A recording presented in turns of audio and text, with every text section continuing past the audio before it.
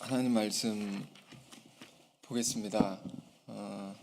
오늘도 이곳에 오신 모든 분들 위해 예수님의 은혜가 가득하길 원합니다. 요한복음 13장 10절에서 17절인데요. 저와 여러분이 소중한 말씀인데 한 절씩 번갈아 가면서 읽어보겠습니다. 예수께서 이르시되 이미 목욕한 자는 발밖에 씻을 필요가 없느니라 온몸이 깨끗하니라 너희가 깨끗하나 다는 아니니라 하시니,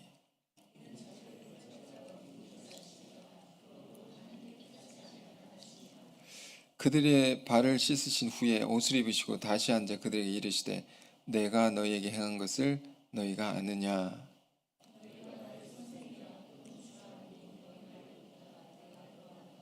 내가 주와 또는 선생이 되어 너희 발을 씻었으니 너희도 서로 발을 씻어주는 것이 옳으니라.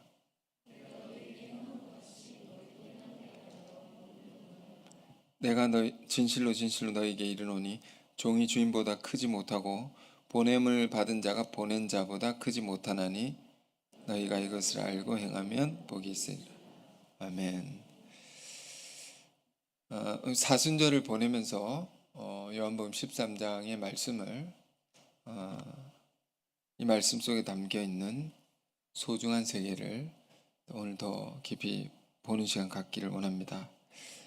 최후의 만찬의 자리에서 일어난 한 장면입니다. 예수님이 제자들의 발을 씻으시는 그 유명한 장면인데, 근데 이 상황에 대해서 다른 복음서 누가복음이나 마가복음을 보면 이 상황에 누가 높으냐, 제자들이 누가 높으냐, 누가 더 큰 자냐, 이걸 놓고 다툼이 일어났다 기록했습니다. 이 상황에 그 누가 높으냐라는 것은 쉽게 말하면 어떤 자리 싸움이죠. 어떤 조직이나 단체든지 하다못해 동호회라 할지라도 사람들이 모여 있는 곳에는 늘 이런 다툼이 있습니다. 근데 우리가 바라는 것은 뭘까요? 어떤 높은 자리가 있다면 그 자리에 있을 만한 사람이 있기를 바라는 거죠. 그것이 옳다, 정의롭다, 공의롭다, 이렇게 우리가 생각하는 것이죠. 산상수훈 팔복선언 중에 예수님이 마태복음 5장 6절에 이런 말씀 주셨습니다. 의에 주르고 목마른 자는 복이 있나니 그들이 배부를 것이며. 우리 안에 어떤 갈망이 있는가? 의에 주리고 목마른 것이 있다는 겁니다. 이 의는 공의, 정의, 이 단어로 바꿔 읽을 수 있습니다. 혹은 공평, 공정, 이런 단어로도 바꿔서 읽을 수 있습니다. 그러니까 우리 안에 어떤 것이 있는가? 정의롭고 공평한 세계에 대한 그런 갈망이 있는 것입니다. 모든 사람들 안에. 불의한 세상을 원하는 사람은 없겠죠. 불공정한 세상을 또 원하는 사람은 없을 것입니다. 하나님의 나라는 어떤 곳인가? 정의로운 세계, 공의로운 세계라는 겁니다. 아모스 5장 24절에도 예언했듯이 이런 날이 올 것이다. 아모스 선지자가 예언했습니다. 우리가 꿈꾸는 세상은 정의가 물같이, 팔레스타인 지방에는 굉장히 사막화된 지역이기 때문에 물이라는 표현이 그런 의미가 담겨 있습니다. 정의가 물같이, 공의가 강물같이 흐르는, 그것이 넘쳐 흐르는 그런 세상, 그것이 우리가 꿈꾸는 세상이죠. 요즘같이 이제 한국의 상황 속에 나라가 혼란한 시대에는 더더욱 우리가 원하는 세계일 것입니다. 그렇다면 정의와 공의가 강물처럼 흐르는 세계는 어떻게 이루어질 수 있는가? 오늘 본문이 그 해답을 준다고 할 수 있습니다. 하나님의 아들이 가장 높은 분이시죠. 왕이시죠. 왕 중의 왕이시죠. 하나님의 아들이 왕으로서 이 땅에 오셔서 스스로 자기를 비우고 낮추시고 십자가를 앞두시고 제자들의 발을 씻으시는 장면을 우리는 본 것입니다. 오늘 제목이 14절인데요. 너무 길어서 좀 줄여서 했는데 제목을, 하지만 정확하게 다 읽을 필요가 있습니다. 다시 보시면, 내가 주와 또는 선생이 되어 너희 발을 씻었으니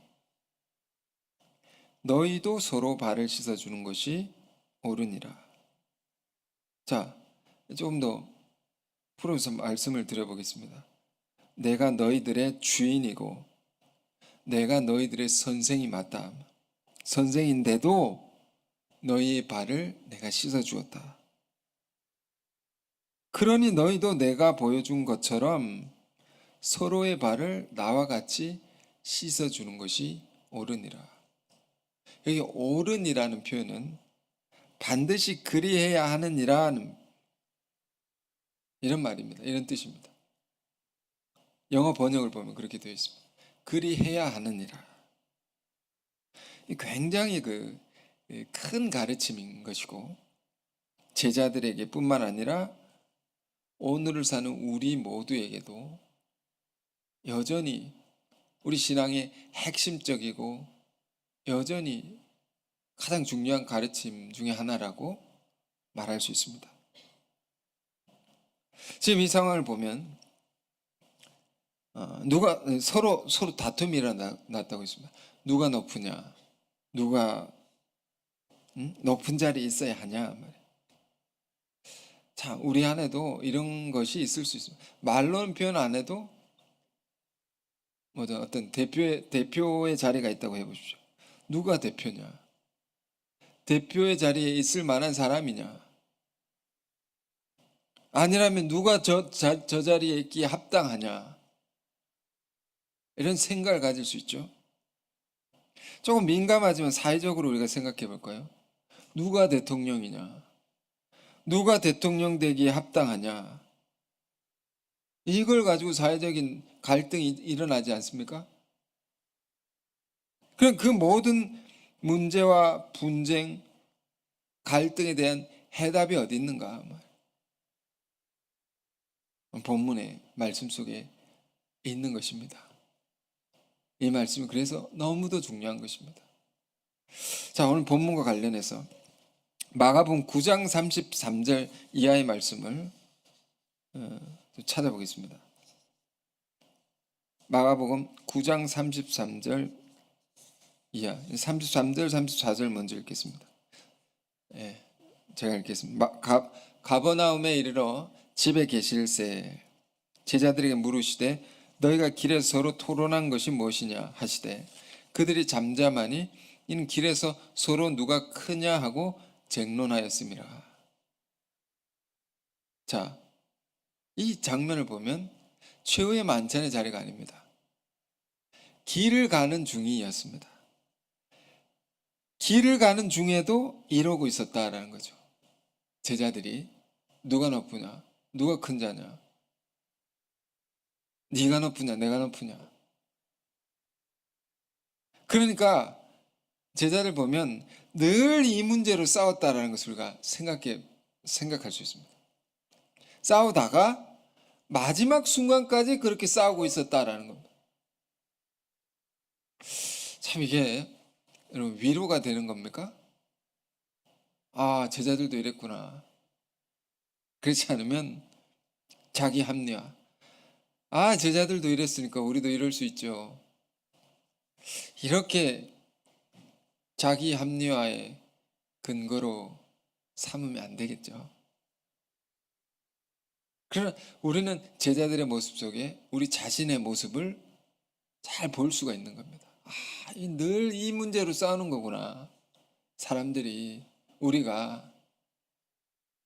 중요한 것은 이런 제자들을 예수님은 끝까지 품고 가셨다.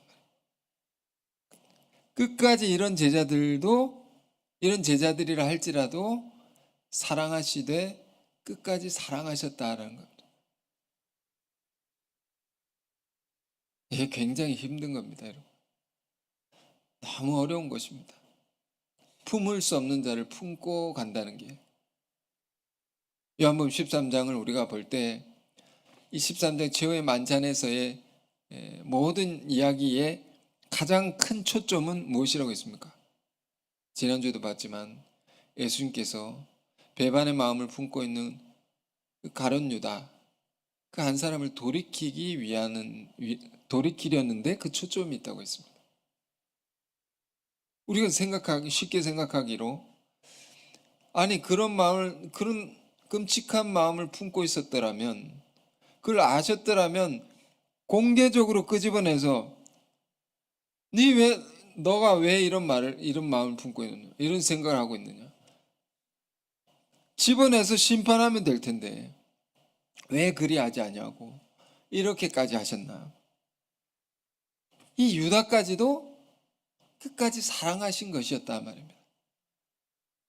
그렇게 하지 않은 것은, 그러니까 도무지 사랑할 수 없는 자를 끝까지 사랑하신 것이 예수님의 사랑이었다. 그러니까 우리는 이 장면을 보면서 명암이 이렇게 있죠. 명암, 어두운 것은 뭡니까? 유다의 죄가 얼마나 간악한 것인가. 이걸 더 깊이 우리가 보게 되는 거죠. 근데 그것이 드러나면 드러날수록 그를 품으신 주님의 사랑의 깊이가 또 얼마나 깊은 것인가 더 깨닫게 되는 것입니다. 여러분, 우리가 거듭해서 반복적으로 공부해 온 바와 같이 예수님이 왜 그렇게 사랑하시던 제자가, 주님이 사랑하시던 제자가 왜 이렇게 배반을 하기까지 되었는가, 여러 면으로 보았습니다. 지난주에 향유가를 깨뜨린 여인에 대해서 유다는 분노하고 책망했다 했습니다. 그런데 예수님은 전혀 뜻밖의 반응을 보이십니다. 극찬을 하십니다. 이 여인의 행위에 대해서. 복음이 전파되는 곳마다 꼭 이 여인의 이야기도 같이 전하라. 왜 이렇게 극명하게 달랐을까요? 우린 그 이유를 들어서 알고 있습니다. 유다는 사랑을 사랑으로 보지 못했다. 우리가 사랑을 하면 언어가 달라집니다. 사랑을 하면 행동이 달라집니다. 뭐 갑자기 청소를 안 하는 사람이 청소를 하면 너 어디 아프냐 농담을 하지만 뭔가 마음에 기쁨이 있고 사랑의 마음이 있으면 그런 행동을 하게 되죠. 여인은 그게 넘쳐서 자기 모든 것을 드렸단 말입니다. 깨뜨려 드렸단 말이에요. 사랑의 마음에서 우러나는 행동이었다는 겁니다. 그럼 이렇게까지 예수님을 사랑하는구나, 이렇게 볼 수가 있어야 되는데 유다는 그렇게까지 그렇게 보지 못한 것이죠. 전혀. 왜 그랬을까요? 사랑을 보지 못했단 말이에요.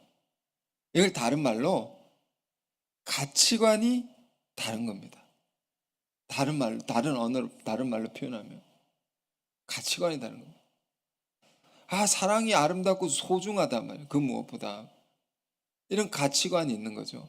사랑, 보이지 않는 세계에 대해서 믿음과 소망과 사랑, 성경이 다 그런 이야기를 하고 있는 거죠. 그걸 가장 소중한 가치로 여기고 기록된 책이 성경입니다. 그런데 그렇지 않고 물질을 이런 것보다 더 소중하게 생각하면 사람의 생각이 물량적인 사고, 실용적인 사고, 물질이 최고다, 보이는 것이 최고다, 라고 생각하는 자들, 그런 가치관을 가진 자들에게는 유다같이 되는 겁니다. 예수님과 늘 함께 했지만 몸은 같이 있어도 동상이몽, 생각이 이렇게 다르고 같이 살아갈 수가 있는 겁니다. 아, 이 가치관의 차이구나. 공산주의와 자유민주주의가 그렇게 다른 것처럼 다른 겁니다. 가치관이 다른 겁니다. 지금 유다가 예수 공동체의 그 재정 총무로서 늘 예수님 옆에 있었던 사람입니다. 옆에 있어도 가치관이 다르면 이렇게 될 수 있다는 겁니다. 우리가 교회를 그러므로 오래 다니는 것이 사실 중요하죠. 중요합니다. 그러나 더 중요한 것은 주님의 말씀이 가르치는 바, 그 동일한 가치관을 우리가 가지고 살아가는 것이 중요한 겁니다. 여러분, 이것이 다르면 가면 갈수록 오해하게 되고 이렇게 분노만 커집니다. 유다처럼요. 우리가 예수를 믿으면 거듭난다, 중생한다고 이렇게 성경이 말하고 있지 않습니까? 중생, 다시 태어난다. 죽고 다시 태어난다. 이게 뭘 의미하는 것일까요? 보이는 것, 물질을 중시하는 그 세상적인 가치관을, 그게 죽는 겁니다. 그걸 버리게 되는 겁니다. 버리고 성경이 말하는 보이지 않는 세계에 대해서, 보이지 않지만 실제 않은 세계에 관해서 하나님의 사랑, 보이지 않지만 실제한단 말이에요. 믿음과 영적인 근원적인 세계가 더 중요하다라는 이 가치관을 받아들이는 것을 말합니다. 저게 죽고 이게 사는 것입니다. 이런 가치관의 전환이 완전히 일어난 것을 거듭난다라고 말하는 겁니다. 이런 전환이 우리 안에 예수를 믿고도 일어나지 않으면 우리는 언제든지 유다와 같은 사람이 될 수 있는 겁니다. 지금 유다는 그렇죠. 근데 또 다른 제자들은 지금 어떻습니까? 예수님이 지금 이런 자들 다 품고 가는 것인데, 주님의 말씀으로 이 나머지 11 제자들은 주님의 말씀으로 거듭난 자들입니다. 요한복음 15장에 너희는 내가 이른 말로 깨끗하여졌으니, 주님의 말씀으로 완전히 가치관이 변화된 사람들입니다. 그런 자들 안에도 여전히 뭐가 있는 것입니까? 이 습관 같은 것. 완전 바뀌었습니다. 바뀐 자들 안에도 세상적인 습관과 가치관적으로 생각하는 것이 여전히 남아있다. 누가 높으냐? 누가 큰 자냐? 여러분, 이것이 최후의 만찬의 자리, 예수님이 돌아가시 그 직전의 상황까지 이런 것이었으니까 예수님이 이거 하나는 정리를 하고 가야 되겠다. 내가 이거 하나는 꼭 바꿔놓고 가야 되겠다 해서 지금 오늘 본문에 제자들의 발을 씻으신 것입니다. 자, 아까 마가복음 9장 33절 34절에 읽었는데요. 길 가는 중에 누가 크냐 싸웠다고 했습니다. 그러니까 예수님이 뭐라고 하십니까? 35절 이하에 예수께서 앉으사 12제자를 불러서 이르시되, 그러니까 이걸 몇 번이나 여러 번 이렇게 하신 것입니다. 마지막 순간에만 이렇게 하신 게 아니고 불러서 말씀하십니다. 누구든지 첫째가 되고자 하면 뭇사람의, 여러 사람의 끝이 되고자 해야 되고 뭇사람을 섬기는 자가 되어야 하리라 하시고, 이게 늘 가르치셨던 것입니다.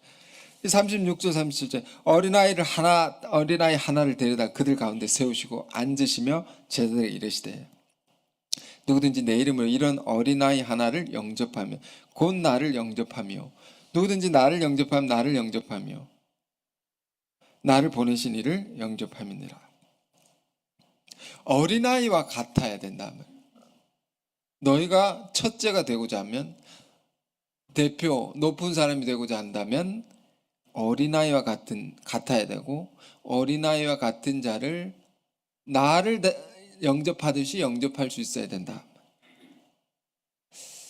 어린아이가 우리에게 말해주는 것은 뭡니까? 순수한 것을 얘기하는 거죠. 순수해야 된다. 그럼 이 본문의 맥락에서 순수하다는 건 뭘 의미합니까? 앞서 35절에 말씀하신 것입니다. 여러 사람의 끝이 되려고 하고, 여러 사람을 섬기는 자가 되려 하는 것, 이것이 어린아이와 같은 자가 되는 겁니다. 너희 중에 이런 자가 높은 자이니라, 그 자리에 있기에 합당한 자이니라.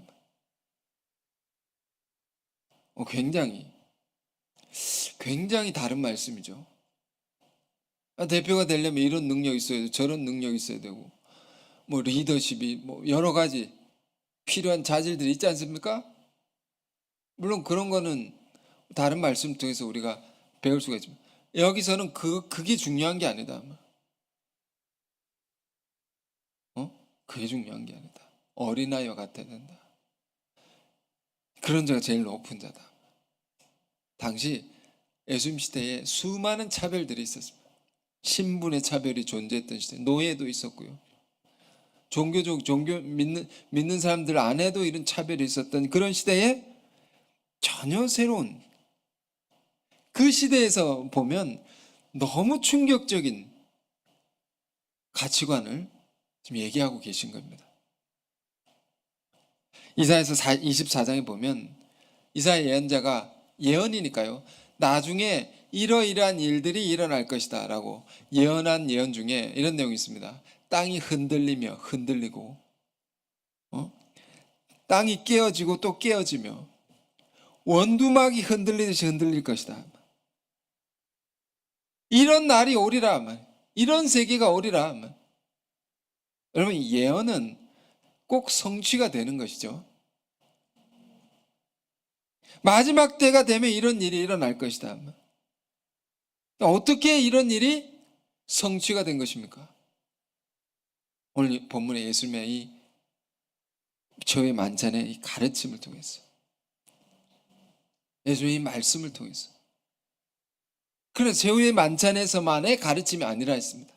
예수님이 이 땅에서 오셔서 보이시고 행하시고 말씀하신 모든 것들이 이 예언을 성취하는 것이었단 말입니다. 땅이 흔들리고 깨어진다는 것. 땅은 뭡니까? 우리가 땅 위에 서 있는 것이죠. 공중에 있지 않습니다. 땅을 디디고 서 있습니다. 이건 우리가 디디고 서 있는 가치관을 말합니다. 우리는 어떻든 공부를 하든 안 하든, 말로 표현할 수 있든 없든 어떠한 가치관 위에 서 있는 것입니다. 그런데 그 가치관, 전통적으로 옳다고 여겨왔던, 전통적으로 진리라고 생각해왔던 그런 것들이 다 흔들리고 다 무너지는 겁니다. 그런 때가 온다 말이에요. 진정한 종말, 그런 어떤 종말입니까? 가치관의 종말입니다.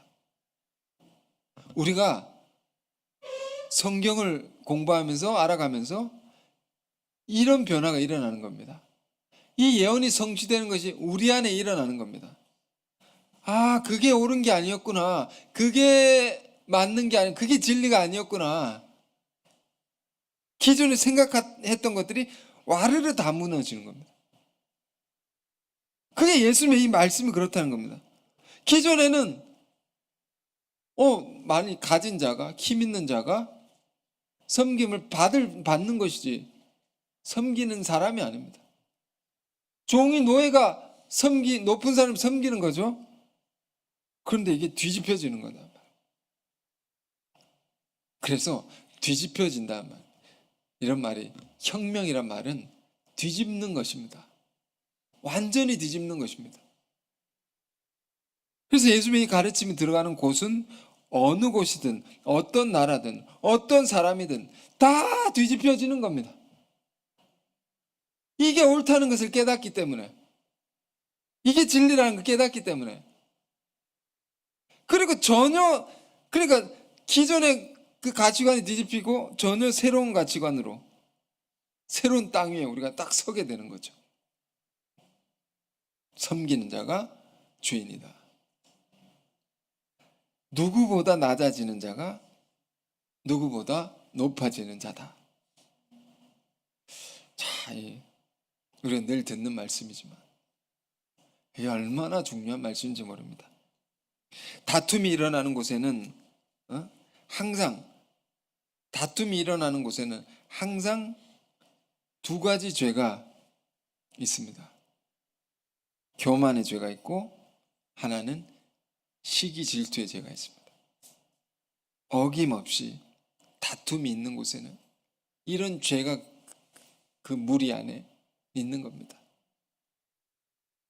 우리가 영적으로 깨어있다는 것은 이걸 볼 수 있는 눈을 가지는 겁니다. 마귀가 사람들에게 들어가서 이 죄를 계속 부추기는 겁니다. 우린 연초에 창세기 3장의 말씀 봤는데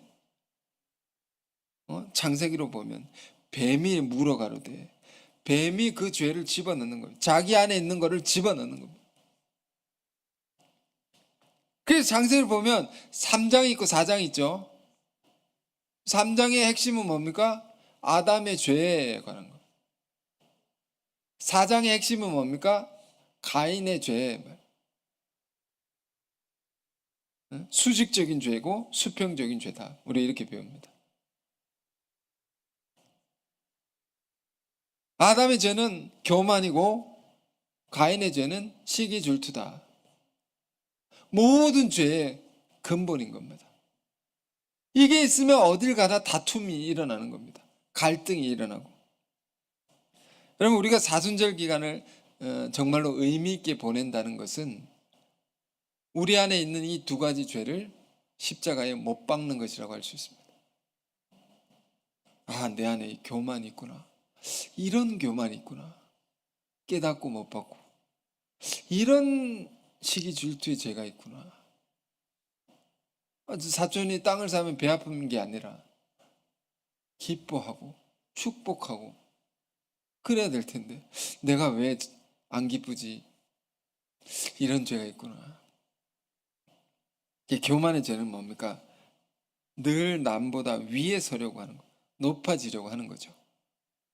창세기 3장에는 3장 공부할 때 마귀가 어떻게 마귀가 됐냐? 내가 하나님과 같이 되어. 하나님과 같이 되어. 이 말의 의미를 연초에는 이렇게 주석을 했었습니다. 하나님의 자리에 내가 가는 거. 내가 주체가 되어서 모든 자를 판단하는 것. 이게 내가 하나님과 같이 되어라. 들으려 하지 않고 자꾸 판단만 하는 겁니다. 이게 교만인 겁니다. 이게 아담의 죄였다. 가인의 죄는 뭡니까? 창세기 4장에 그 시기 질투의 죄죠. 자, 오늘 이 부분을 조금 더 깊이 보려고 하는데 창세기 3장에 보면 가인과 아벨이 하나님께 제사를 드리는데 하나님이 가인의 제사는 받지 않고 아벨의 제사만 받으셨다. 그러면 가인이 어떻게 했어야 했을까요? 왜 내 제사는 안 받지? 하나님이 내 안에 어떤 문제가 있는가? 부족함이 없는가? 자기를 돌아봐야 되죠. 그런데 그렇게 하지 않고 동생을 미워하게 됩니다. 그를 시기하고 질투하고. 왜? 내가 받을 걸 얘가 받았다. 생각을 이렇게 해버립니다. 그래서 그를 시기하고 질투하고 죽이게 되죠. 네가 없어야 내가 내 제사를 하나님 받을 거라고. 그 동생을 죽인 죄의 핵심을 들어가 보면 시기 질투다. 우리가 형제를 미워하는 것을 들어가 보면 시기 질투다. 참 우리가 신앙생활을 해도 오랫동안 해도 어쩌면 이것이 극복하기 굉장히 어려운 문제일지 모릅니다. 왜 하나님은 형인 가인의 제사를 안 받고 동생의 제사만 받으셨나? 그게 어떤 경우일까요? 이 가정 안에서 보면 형제가 있습니다. 형제 중에 형이 있다고 해보십시오. 예수님도 두 아들의 비유, 형, 아우 이런 비유로 많이 주셨는데 형의 입장에서 왜 아버지는 동생만 칭찬하시고 잘한다 하시고 왜 나에게는 엄하게 대하시고 책망만 하시나? 이런 문제입니다, 여러분. 창세기 4장의 이야기는 쉽지 않죠. 하나님이 왜 그러셨을까? 이 문제를 풀지 않으면 우리는 늘 어딜 가나 시기 질투의 마음을 품고 미워하게 됩니다. 풀어내야 됩니다, 이거. 왜 그러셨을까? 재물을 드리는데 형은 농사 지은 것을 하나님께 바쳤습니다. 농사 지어서 얻은 소출을 가지고 하나님께 제사를 드렸죠. 동생은 양을 치는 자였기 때문에 양을 잡아서 드렸습니다. 그런데 양은 받으시고 곡식만 안 받았다. 재물의 질의 문제였을까요? 어떤 게 더 귀합니까? 양만 귀합니까? 곡식은 안 귀합니까? 그렇지 않다. 하나님께 드리는 모든 건 귀한 거죠. 그럼 왜 동생 것만 받으셨나? 히브리서 기자는 하나님께서 아벨의 제사만 받으신 이유에 대해서 이렇게 말했습니다. 아벨은 믿음으로 드렸기 때문에 하나님이 받으셨다. 히브리서 11장 4절은요. 아벨을 믿음으로 드렸구나. 하나님이 받으시는 것은 믿음으로라는 거죠. 그의 삶이 믿음으로 사는 삶이었다. 아벨은요. 그러니까 아벨은 늘 도전하고 늘 꿈을 향해 달려가고 새로운 세계를 개척하며 살았단 말이에요. 그 삶의 내용을 보면 그렇단 말이에요. 가인은 그러지 않았다는 거죠. 도전하지 않고 현실에 안주하고 타성에 젖어 살았단 말이에요. 하나님이 이것보다 저걸 기뻐 받으시는구나. 그런 삶을, 아벨의 삶을 더 좋아하셨구나. 매우 소중한 해석이고 여전히 우리에게 소중한 가르침일 것입니다. 그런데 그런 것만 있을까? 더 깊은 하나님의 뜻은 없을까? 가만히 보면 오늘 예수님의 말씀 이 속에 그 해답이 있습니다. 그럼 창세기 4장과 오늘 본문과 연결해서 그 깊은 뜻을 깨달아 보십시오. 예수님의 이 제자들의 발을 씻으신 행위가 너무도 큰 가르침이고 이건 역사적으로 중요한 가르침입니다. 예수님의 가르침 속에 누가 높은 자냐? 네가 장자냐? 네가 형이냐? 그렇다면 네가 동생을 더 잘 섬길 수 있어야 한다. 네가 먼저 된 자냐? 그럼 나중에 온 사람들을 더 잘 챙기고 더 잘 돌볼 수 있는 자가 되어야 해. 그래야 첫째다 말입니다. 그래야 대표다 말입니다. 여러분, 자식이 여럿 있는 부모라면 이게 무슨 말인지 잘 이해될 것입니다. 여러 사람들을 어떤 관리를 하는 그런 단체의 대표라면 이게 무슨 말인지 알 겁니다. 쉽게 알 겁니다. 처음 혼자 첫째에게 기대하는 바가 어떤 것인지 부모가, 대표가 어떤 자가 되기를 원하는지 알 겁니다. 첫째니까 더 잘해주길 바라고 어떤 면에서 희생해주길 바라고 강요는 하지 않지만 스스로 그렇게 책임감을 갖고 해주길 바라고, 더 양보해 주길 바라고, 이 마음을 안다면 잘 이해할 수 있을 것입니다. 더군다나 가인의 자리는 어떤 자리입니까? 가인의 자리가 있단 말이에요. 우리 뭐 공중에서 허공에서 떨어져서 존재한 사람이 아니지 않습니까? 가인은 아담의 자식이다 말이에요. 근데 아담이 어떤 자냐? 창세기 3장을 보니 하나님께 범죄한 아버지단 말이에요. 범죄한 아담의 아들, 그 첫째입니다. 그럼 이 아담은 어떤 입장에 있는 것입니까? 아버지 죄를 그대로 물려받을 수밖에 없는 자리입니다. 그럼 어떻게 됩니까? 물려받으면 안 되죠. 죄를 물려받으면 안 되죠. 끊어내야 할 자리다 말이면, 그러니까 물려받는 자리이기 때문에 끊어내야 하는 자리다 말이에요. 그 죄를 청산해내야 하는 자리다 말이에요. 청산하지 못하면, 끊어내지 못하면 그대로 이어지는 겁니다. 되물림 된단 말이에요. 그대로 그 죄로 말미암은 저주와 고통이 상속되는 것입니다. 정말 중요한 자리가 가인의 자리였다. 가인은 그것을 끊어내고 전혀 새로운 후손의 길을, 새로운 계대를 열어나가야 했던 자리에 있었다. 그 가인에게 뭘 기대하겠습니까? 하나님께서 이 죄를 끊어내야 돼. 네가 이 깊은 뜻을 장자가 알았어야 돼. 장자는 이런 사람입니다. 그럼 첫째는 이런 사람입니다. 먼저 된 자, 대표이신 분들은 이런 세계를 아는 자여야 된다. 왜 내가 이렇게 고생을 하냐? 왜 내가 이런 힘든 것만 담당하고 있냐? 이유가 있는 것이다.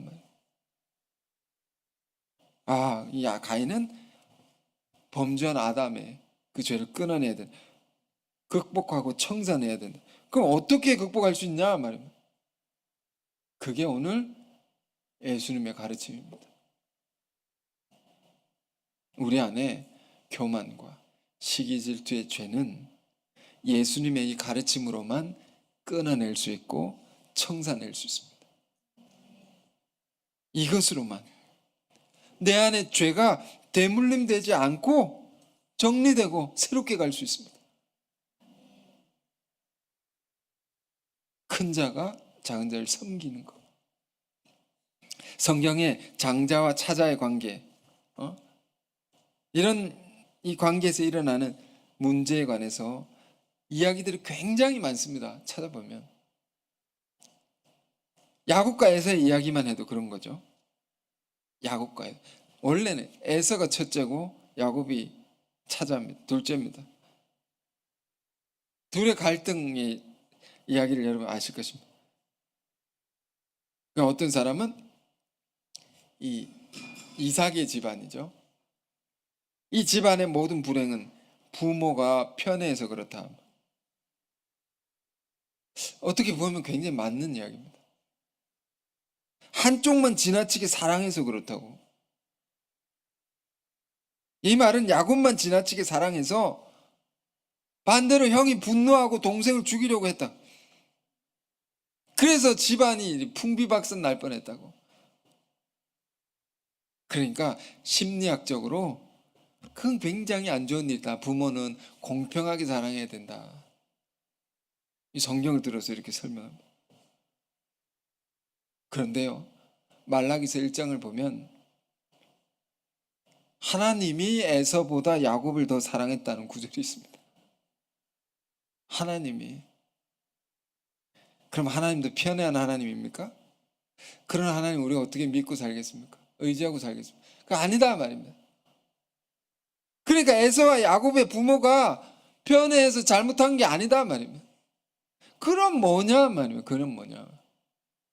다른 깊은 뜻이 있는 거죠. 그 요셉 이야기도 마찬가지입니다. 이건 더 심합니다. 편애라고 보면 엄청난 편애입니다. 야곱의 12명의 아들들이 있었는데 첫째가 있는데 11번째입니다. 여기는 11번째 아들에게, 요셉에게 장자를 상징하는 채색 옷을 딱 입혀놓습니다. 보란 듯이. 아이, 그러면 형들이 얼마나 화가 나겠네. 이래서 집안이 분란이 일어나고 미워해가 죽이려고 했다가 애굽에 팔아먹고 끔찍한 일이 일어났단 말이야. 어? 이것도 야곱이 편애를 받았기 때문에 자기도 편애를 했다는 겁니다. 그런 얘기일까요? 성경 그런 책이 아닙니다. 그렇게 이런 걸 인본주의적인 관점으로, 우리가 생각한 죄악된 세계 속에 살면서 찌들어 있는 생각과 그런 사상, 당연히 그럴 것이다 라는 그런 입장에서 성경을 보면 잘못 본다 말이에요. 그거 아니다 말입니다. 편애? 그 편애라는 감정, 이게 누구의 감정일까요? 예수님을 향한 유대인의 감정입니다. 잘못된 감정입니다. 유대인들이 왜 예수를 못 박았습니까? 목수의 아들이, 갈릴리 시골 출신의 사람이 어떻게 저런 놀라운 기적이 일어나고, 저 사람에게서 놀라운 역사가 일어나고 수많은 병자들 치유되고 변화되고 수많은 사람들이 따르는 역사가 왜 저 갈릴리 총구석의 한 청년에게서 일어나냐? 성전을 지키고 율법을 지켜왔던 대제사장들, 바리새인들을 통해서 일어난 게 아니고 왜 저 사람에게 이런 역사가, 놀라운 일이 일어나냐? 이게 해석이 안 되는 겁니다. 유대인들이 해석이 안 되니까 미움을 갖게 되죠. 오해하게 되고 미워하게 됩니다. 그리고 하나님의 뜻이 해석이 안 되면 여러분 오해하게 됩니다. 미워하게 됩니다. 그래서 죽인 것이 예수님의 십자가입니다. 우리 안에 유대인이 가졌던, 예수님을 향해서 유대인이 가졌던 그 감정을 오늘날도 갖고 있을지 모릅니다. 이걸 죽여야 된단 말이에요. 우리 안에 이 죄, 예수 죽인 죄라고 말했습니다. 바울은 그렇게 말했죠. 예수 죽인 죄가 우리 안에 있다. 이걸 내가 짊어지고 살아간다. 이 죄를 속죄하는 마음을 가지고 내가 살아간다. 이미 속죄 받았지만 그러나 그 마음을 가지고 내가 이 고난을 고난의 길을 간다. 나는 시기 질투하지 않으리, 나는 미워하지 않으리라. 이 마음 가지고 더 나아가서 나를 미워하는 자가 있다 할지라도 나는 그를 사랑하리라. 그런 자라 할지라도 나는 더욱 섬기리라. 이 마음 갖는 거, 이게 예수님이 제자들에게 가르치신 겁니다. 너희도 서로 발을 씻어준 거 옳다고, 똑같이 하지 않냐고. 나는 사랑하리라. 미워하지 않고. 자, 그래서 오늘 본문 들어가서 예수님이 이렇게 말합니다. 너희가 나를 13절입니다. 너희가 나를 선생이라 또는 주라 하니 너희 말이 옳도다. 내가 그러하다. 내가 주와 또는 선생이 되어 너희 발을 씻었으니 너희도 서로 발을 씻어주는 것이 옳으니라. 그러니까 내가 너희의 주님이요 주인이요 선생인데도 낮아져서 너희를 이렇게 섬기는 것을 너희가 보았으니 너희도 이렇게 해야 된다. 15절, 내가 너희에게 행한 것 같이 너희도 행하게 하여 본을 보였노라. 너희가 이렇게 살 수 있도록 내가 온 삶으로 다 보여준 것이다. 그렇게 살라고 보여준 것이다. 16절, 내가 진실을 지은 너에게 이르노니 종이 주인보다 크지 못하고 보냄을 받은 자가 보낸 자보다 크지 못하나니. 이게 무슨 말입니까? 이게 세상의 상식이다. 이게 세상의 가치관이다. 넘어설 수 없는 겁니다. 주인이 종보다 높으니까 주인은 종을 부리는 겁니다. 부리는 겁니다. 이게 세상의 가치관이나 나는 이와 같이 가르치다. 이와 같이가 뭡니까? 큰 자로서 작은 자를 섬기고 높은 자로서 낮은 자를 위해 더 희생하는 것. 나는 이것을 너에게 가르친다고. 그러면서 17절 너희가 이것을 알고 행하면 복이 있으리라. 이 복이 있다. 죄를 끊어내고 전혀 새로운 세계를 열어나갈 수 있다. 그렇죠. 똑같이 하면 똑같이 되는 겁니다. 자, 여러분, 우리가 하나님 하나님 아들입니다. 하나님의 아들이 이런 섬김의 본을 보여주셨습니다.